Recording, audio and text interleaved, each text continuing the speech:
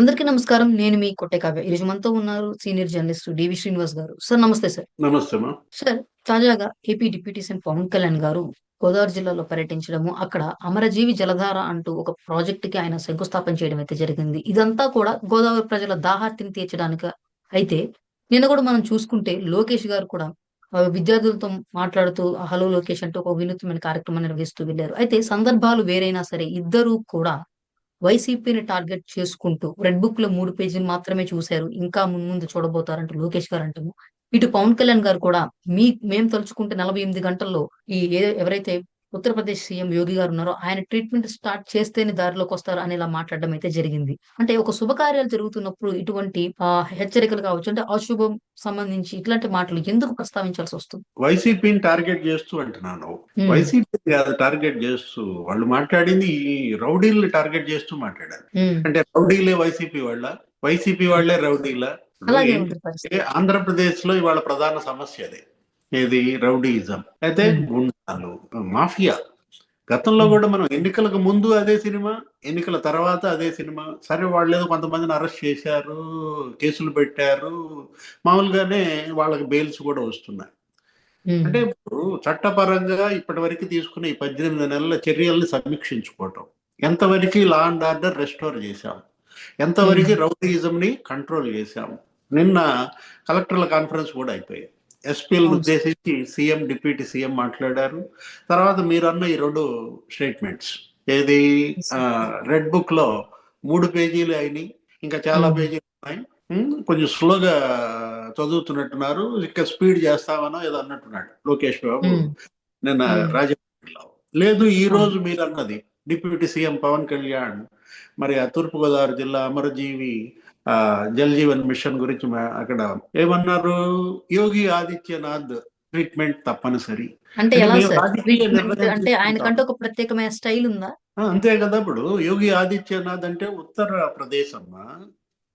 యోగి CM కాకముందు ఉత్తరప్రదేశ్ ఎలా ఉంది, ఇప్పుడు ఉత్తరప్రదేశ్ ఎలా మారింది? ఎన్సీఆర్బి రిపోర్ట్ ఇస్తుంటారు లా అండ్ ఆర్డర్ మీద, ఈ క్రైమ్ కంట్రోల్ మీద. నేషనల్ క్రైమ్ రికార్డ్ బ్యూరో ఎప్పటికప్పుడు ప్రతి సంవత్సరం ఇచ్చే రిపోర్ట్ కనుక మనం చూస్తే ఉత్తరప్రదేశ్ లో ఈ క్రైమ్ రేటు 85% కంట్రోల్ చేశారు. అదొక పెద్ద రికార్డ్. అసలు దేశం మొత్తానికి అదొక మోడల్ అంటున్నారు. ఏది? Yogi Adityanath zero tolerance towards crime. ఏది? అసలు నేరాన్ని సహించే ప్రసక్తే లేదు అంటూ ఒక గ్యాంగ్స్టర్ యాక్ట్ తీసుకొచ్చాడు ఆయన. ఆ యాక్ట్ పేరే గ్యాంగ్స్టర్. అంటే గ్యాంగ్స్టర్స్ ని కంట్రోల్ చేయటం కోసం తీసుకొచ్చే యాక్ట్ కూడా గ్యాంగ్స్టర్ గానే ఉండాలి. అంటే దాని పేరే గ్యాంగ్స్టర్ యాక్ట్. అంటే ముళ్ళుని ముళ్ళుతోనే తీయాలా? అంటే ఇక్కడ మనం తీసుకున్నట్లయితే మాఫియా ఆస్తుల్ని జప్తు చేయటం ప్రారంభించారు. దగ్గర దగ్గర 8,000 ఎన్కౌంటర్లు జరిగాయి. ఎక్కడ? యోగి ఆదిత్యనాథ్ మోడల్ చెప్పండి అన్నావు కదా. ఎన్ని తెలియాలి కదా సార్. ఇప్పుడు ఆయన మాట అన్నారని కాదు, నిజంగా అక్కడ ఏం జరుగుతున్నాయో తెలిస్తే ఇక్కడ మీలాంటి వాళ్ళు చెప్తే వీక్షకులు కూడా అర్థమవుతుంది ఎలాంటివి ఉన్నాయి ఏంటని. 8,000 ఎన్కౌంటర్లు జరిగాయంటే అర్థం చేసుకో. అంటే 222 మందిని చంపేశారు. ఏది? కాల్పు కావచ్చు, వేటాడారు అనమాట. ఏది? రౌడీ వేట నడిచింది అక్కడ. ఒక రకంగా చెప్పాలి, హంటింగ్ క్రిమినల్స్. ఏది? మరి 222 మంది చనిపోయారు, 8,118 మంది గాయపడ్డారు, క్షతగాత్రులయ్యారు. ఆ కాల్పుల్లో కావచ్చు, ఆ వేటలో కావచ్చు. 8,118 మంది గాయపడ్డారంటే ఇక రౌడీలు ఎంత బెంబేలెత్తిపోయి ఉంటారు. 222 మంది చంపేశారంటే 85% మరి నేరాలు అలాగే కంట్రోల్ అయ్యాయన్నమాట. అసలు మహిళల భద్రతకి వాళ్ళు ఇచ్చిన ప్రాధాన్యత అంతా ఇంతగా. ఏది? అసలు ఒక మిషన్ శక్తి అనేది ఒకటి పెట్టారు. శక్తి స్వరూపిణి మహిళ అంటూ వాళ్ళు తీసుకున్న ఆ మిషన్ పేరే వాళ్ళు ఏంటి? శక్తి మిషన్ అన్నమాట. అంటే యాంటీ రోమియో స్క్వాడ్స్ అనేది ఒకటి పెట్టి అసలు మొత్తం ఏం జరిగిందో తెలుసా? అటు రౌడీయిజమే కాదు, ఈ డౌరీ డెత్ కూడా తగ్గాయి. ఒక రకంగా మహిళా సాధికారత ఏంటి? అసలు ఆడపిల్ల జోలికి వెళ్ళాలంటే దడుచుకునే పరిస్థితి వచ్చిందనమాట. ఏది? వరకట్న చావులు 16.4% తగ్గాడు. నేను చెప్తాను, ఎన్సీఆర్బి రిపోర్ట్ చూసి చెప్తున్నాను నీకు. 60,000 కానిస్టేబుళ్లను అదనంగా నియమించారు. అంటే ఉన్న కానిస్టేబుళ్లకు అదనంగా 60,000 మంది నియమించారు. మరి మొన్న ఆంధ్రప్రదేశ్ ఎంతమంది నియమించింది? చెప్పు. నిన్నేగా భర్తీ అయింది. ముఖ్యమంత్రి డిప్యూటీ సీఎం కూడా వచ్చారు కదా కానిస్టేబుల్ భర్తీకి. ఆరు ఎస్ సార్, వేల ఒక మంది 6,000 మంది. అవును. అంటే ఇంకా 10 రెట్లు పెంచాలన్నమాట మీరు. ఉం?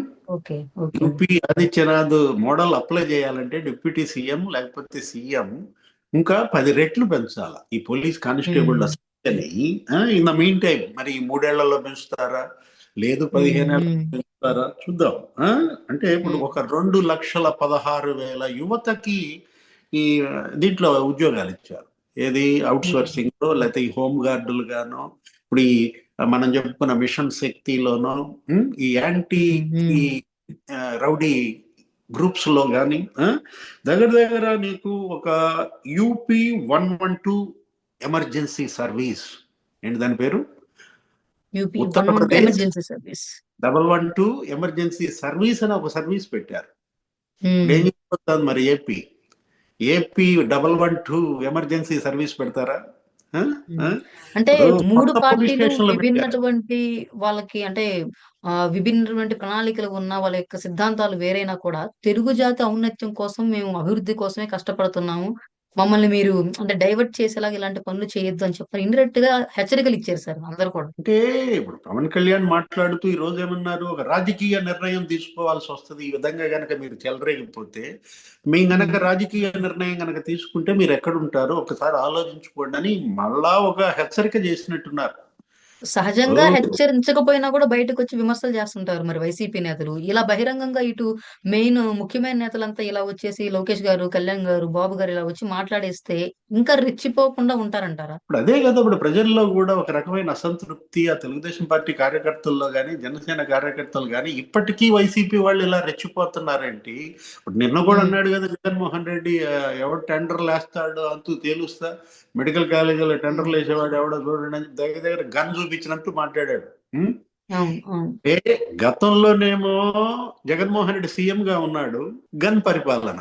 ఎవరు వాళ్ళ ఉమ్, తమ్ముడు గన్ పట్టుకుని బెదిరించాడని. అవును. అవును. ఆయన విక్రాంత్ రెడ్డి, సుబ్బారెడ్డి కొడుకు ఎవరో, కాకినాడ పోర్టు కాకినాడ సెజ్ ఆయన్ని పాయింట్ బ్లాంక్ లో రాస్తావా చస్తావా అంటే పాపం రాసేశాడు. 3,600 కోట్లు విలువైనటువంటి షేర్లు కాకినాడ సెజ్ కాకినాడ పోర్టు. అక్కడ ఒక చోటే కాదు కదా, అసలు నీకు మొత్తం కడప జిల్లాలో ఎన్ని గన్ లైసెన్సులు ఉన్నాయి అవును సార్, ఒక అధికారికంగా పెద్ద ఎన్ని ఆర్టికలే ఉన్నాయి? వచ్చింది. అంటే ఒక రకంగా గన్ పరిపాలన సాగించాడు ఎవరు, జగన్మోహన్ రెడ్డి సీఎం గా. అతను గన్ ఉమ్, పట్టుకున్నా పట్టుకోకపోయినా అతని బ్యాచ్ మొత్తం పట్టుకుందనమాట. అంటే ఇక్కడ ఇప్పుడు ఇప్పుడు ఏంటి, ఇప్పుడు ఇప్పుడు మీరు చెప్పేది మాటలు కాదు, వాళ్ళు ప్రజలు కోరుకుంటుంది చేతలు అనమాట. Yes sir. మీరు చేతలు ఎక్కడ చూపిస్తున్నారు, అభివృద్ధిలో చూపిస్తున్నారు, ఉమ్, సంక్షేమంలో చూపిస్తున్నారు, పెట్టుబడుల్లో బ్రహ్మాండంగా అన్ని చేతలే చూపిస్తున్నారు. వస్తున్నాయి పరిశ్రమలు వస్తున్నాయి, ఉమ్, మనం చూసాం కదా. ఉమ్. టీసీఎస్ లేకపోతే కాగ్నిజెంట్ కార్యకలాపాలు కూడా 6 నెలల గూగుల్. ముందే అవును. ప్రారంభం. ఎప్పుడో ఉమ్, జూన్ లో రావాల్సి ఇప్పుడే వచ్చేస్తున్నారు, పెడుతున్నారు, ఉపాధి ఏర్పడుతోంది, వెళ్ళండి గుడ్. ఏది గూగుల్ ఉమ్, డేటా సెంటర్. మరి రేపొద్దున సుందర్ పిచాయ్ కూడా లోకేష్ బాబు వెళ్ళి కలిశాడు కదా, మార్చిలో ఉమ్, పెడతా అన్నారు కదా, మార్చిలోనే అది ఇనాగ్రేషన్ అంటున్నారు. ఆ?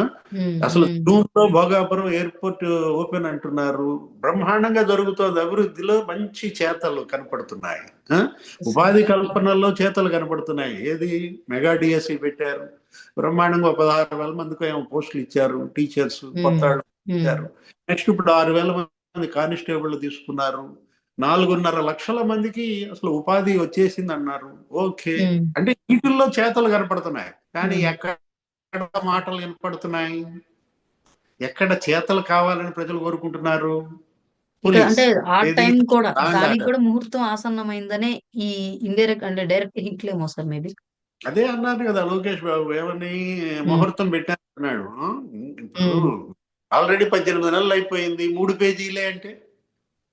అంటే మీరు 18 నెలల్లో రెడ్ బుక్ చదివింది 3 పేజీలేనా? అంటే ఉమ్, లోకేష్ బాబునే వీళ్ళు ప్రశ్నించే పరిస్థితి వస్తుంది అన్నమాట.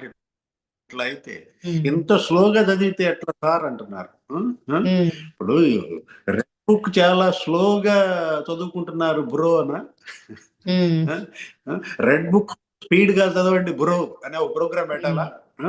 ఏది ఇప్పుడు డ్రగ్స్ వద్దు బ్రో అనో ఏదో టేకప్ చేశారు ఒక ప్రోగ్రామ్. అవును సార్. ఇక్కడ రౌడీలు వద్దు బ్రో ఏంటి, ఉమ్, ఓ ప్రోగ్రామ్ పెడదామా? ఉమ్, గుండాలొద్దు బ్రో ఇంకో ప్రోగ్రామ్ పెడదామా? అంటే ఒకటి రాజకీయ నిర్ణయం తీసుకోవాల్సి వస్తుంది అని అంటున్నాడు. ఇంకా ఇప్పటిదాకా తీసుకోకపోవటమే తప్పు. Okay sir. ఇప్పుడు పీట చెక్క పెట్టి పెట్ట కొట్టాల్సిన చోట తమలపాకుతో అంటారా? తమలపాకుతో అంటే ఏం దెబ్బ తగులుద్ది?